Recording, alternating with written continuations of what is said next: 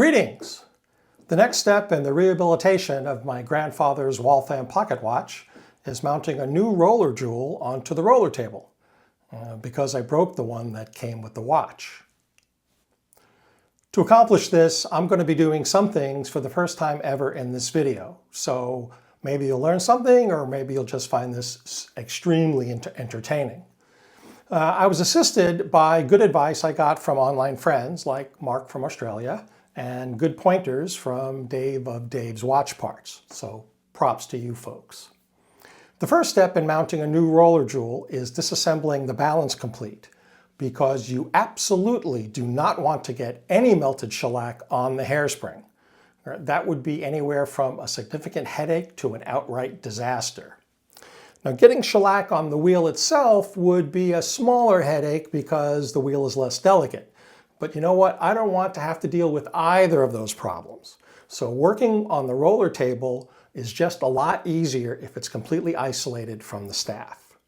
Now, to be fair, some sources do say to keep the roller table on the staff, because if you don't reassemble it in the same orientation that it had with the wheel, then the balance complete would be out of balance, out of poise. While potentially true, and I'm sure it is true in some circumstances, I decided the benefits of removal outweighed the cost, and I took photos of the balance before removing it. So when I assemble it, I should be able to get it in exactly the right orientation. So here's how the disassembly went down. I took videos of the balance disassembly.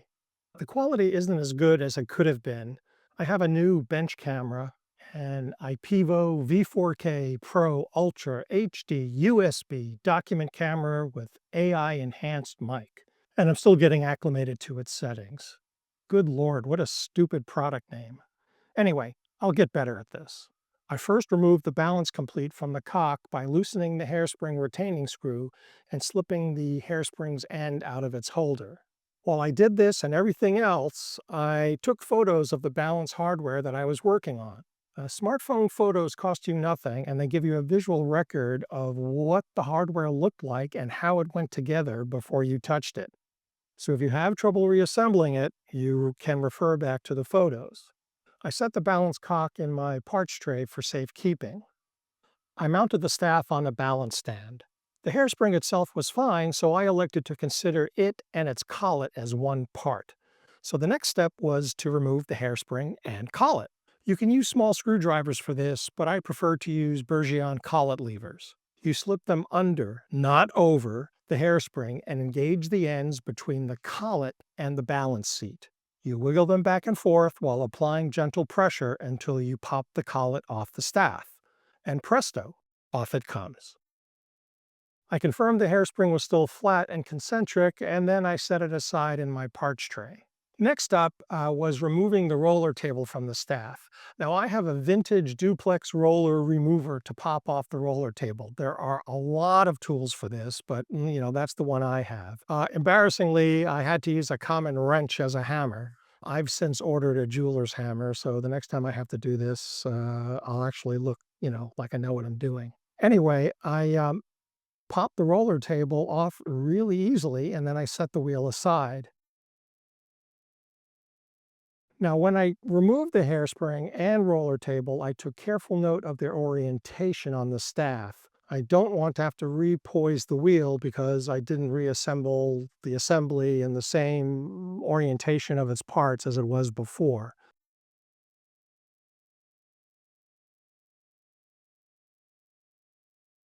And now I'm moving on to the next step, which is the most interesting one. I'll confirm the jewel is the right size and then shellac it in place. There are multiple techniques and tools for roller jewel installation. You'll have to decide what feels easiest and best to you.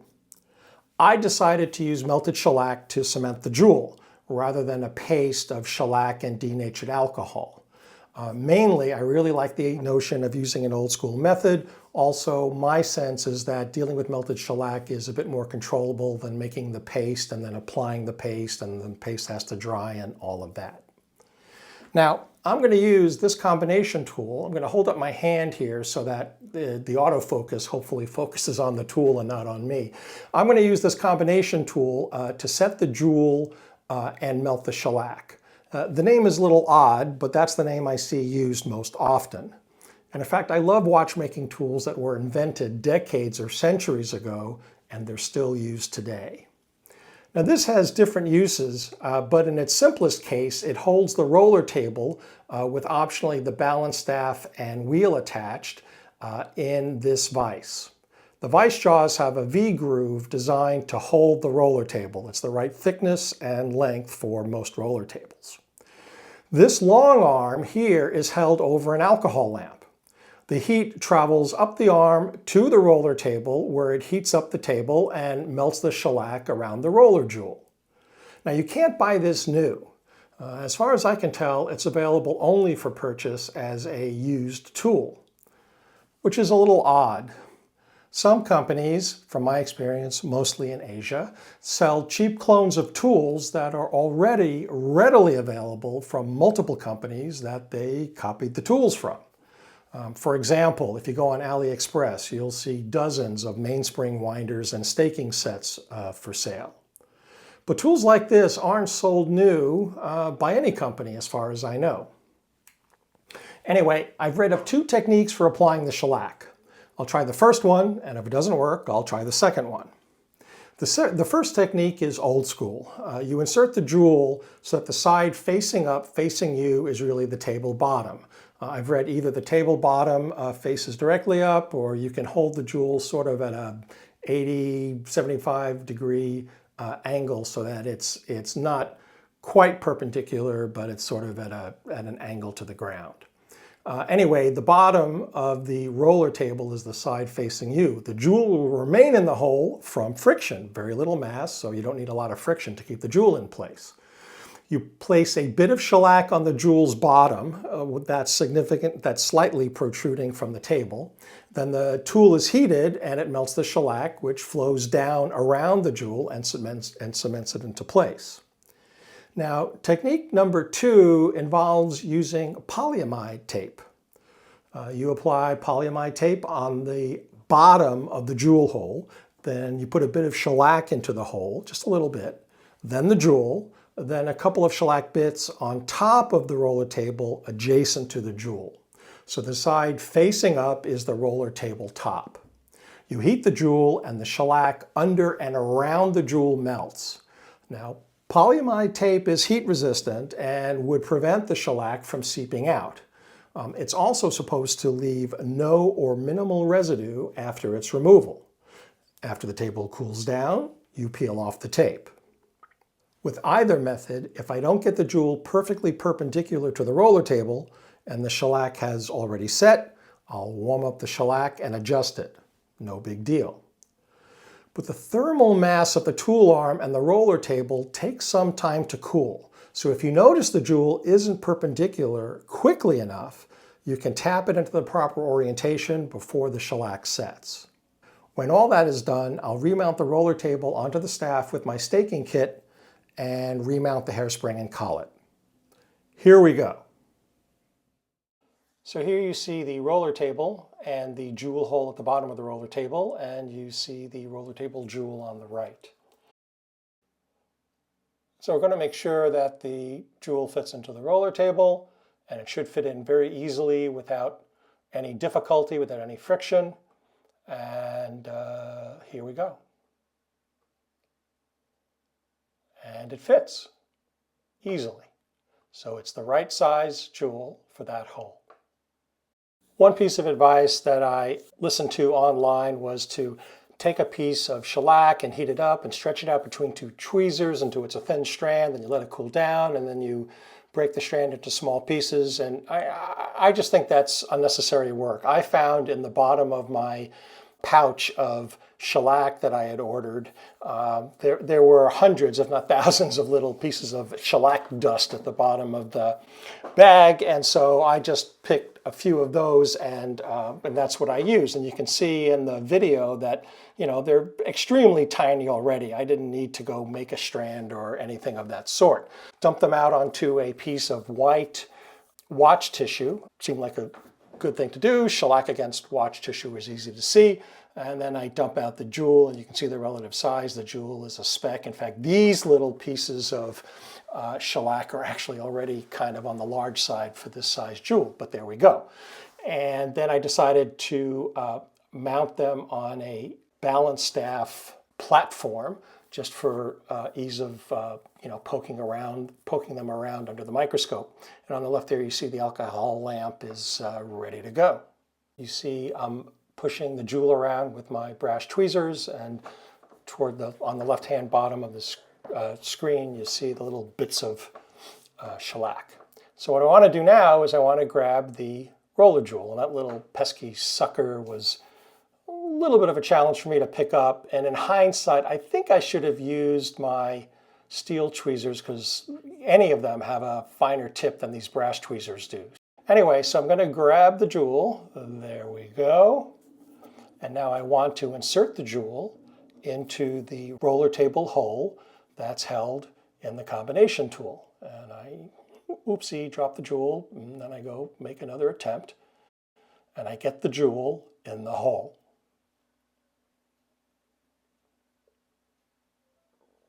It goes in easily, just like it did before, and I can turn the roller table around, and the jewel still stays in place from simple friction. And now what I'm going to do, I'm going to place a piece of shellac on top of the jewel, which will wind up being the bottom of the jewel when the roller table is installed on the staff. And you can see the relative size. So these are the smallest bits, maybe not the absolute smallest bits, but they are close to the smallest bits of shellac that I got out of the bottom of the bag, and they are plenty large. In fact, I didn't need to put 6 on the platform. I just did that I don't know, just in case I needed more. I didn't know what I was getting myself into, but as you can see, I only need one little bit of shellac to do the job. I'm going to save a little bit of time here by cutting the video and then coming back to the shellac being melted. From the start of holding the combination tool over to the alcohol lamp to the shellac being fully melted and being able to see it under the microscope again was 30 seconds. That's all it took. The puddle of shellac is nicely formed, if I do say so myself. It is still very hot. It is still fluid. So I turn it over and I examine the jewel to make sure it's perpendicular to the table, and I see that it's not perpendicular to the table. And so I just go to tap it very lightly with my tweezers to get the jewel perpendicular before the shellac sets.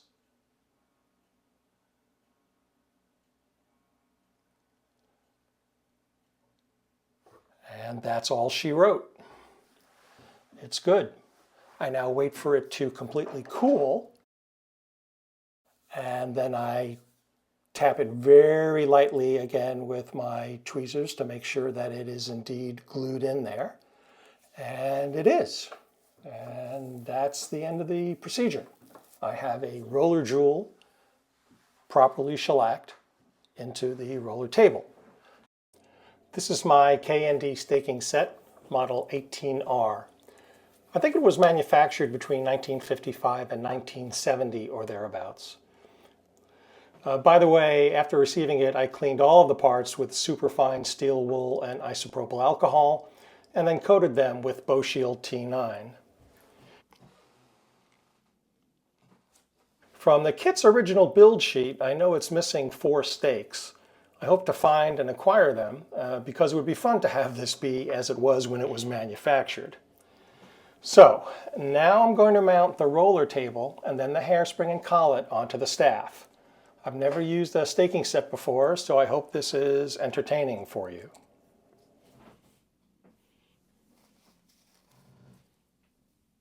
So the first thing to do, of course, is to align the staking device.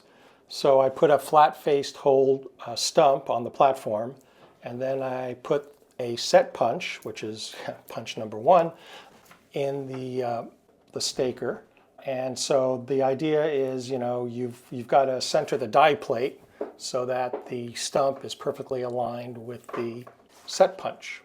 And then once I've done that, now I get ready to do what I want to do. So I've got the hole punch, and then to push down onto the roller table, I'm using a roller staking punch. Because of the tolerances involved and the amount of space involved, I could have used a flat-faced hole punch. There's plenty of space between the roller jewel and the pivot.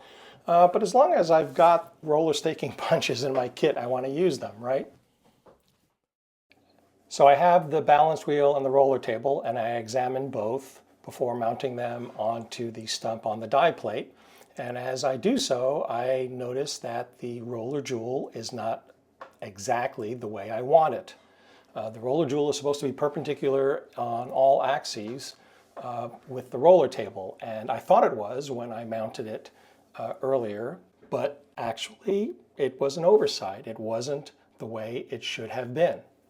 And so I pause the work with the staking kit, and I set it aside, and I bring up my alcohol lamp and I light it, and I am going to reset the roller jewel. It is not sufficiently perpendicular, let's put it that way, to the roller table. And I'm saying that because I'm doing this by eyesight, and you want it to be 90 degrees, right? But is it 90? Is it 89 degrees? Is it 88 degrees? Is it 92.5 degrees? Well, this is all done by the naked eye.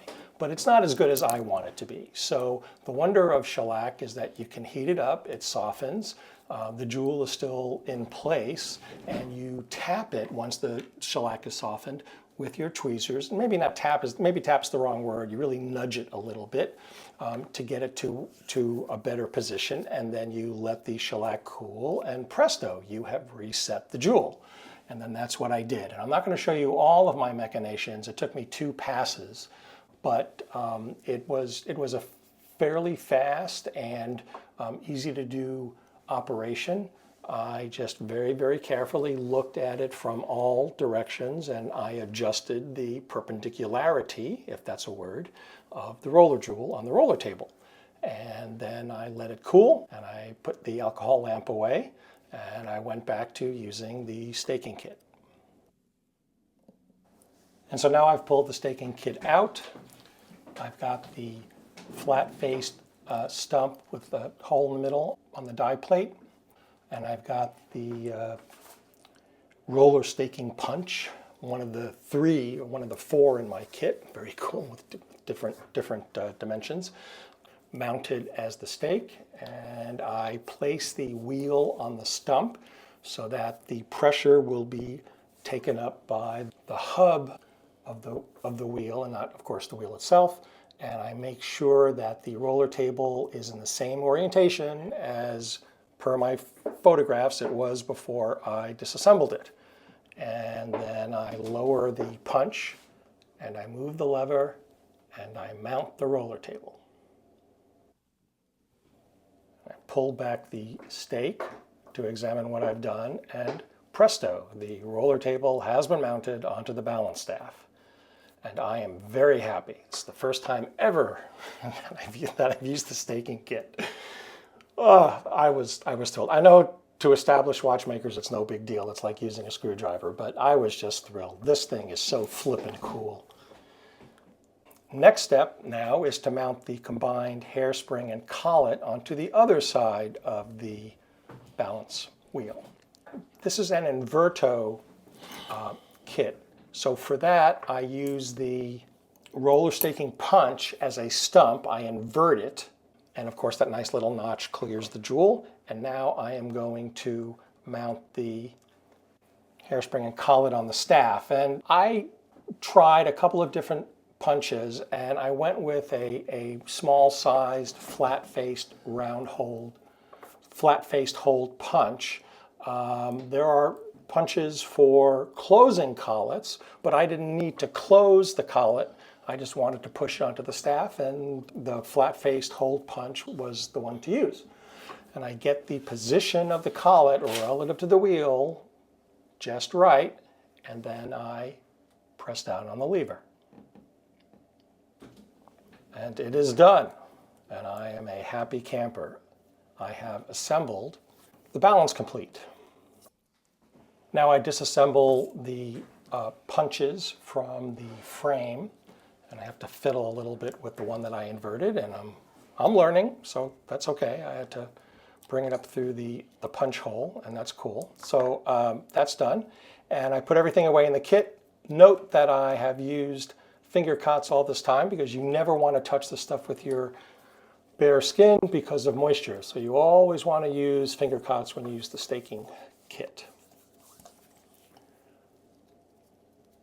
I then mounted the balance complete onto the balance cock after a thorough cleaning of the balance cock upper jewel.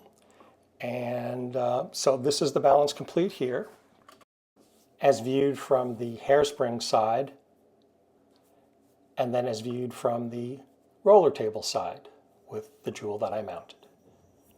And here is the completed balance assembly, ready for insertion onto the main plate, which will be the subject of the next video. And that's all I have for you today. Till next time, take care.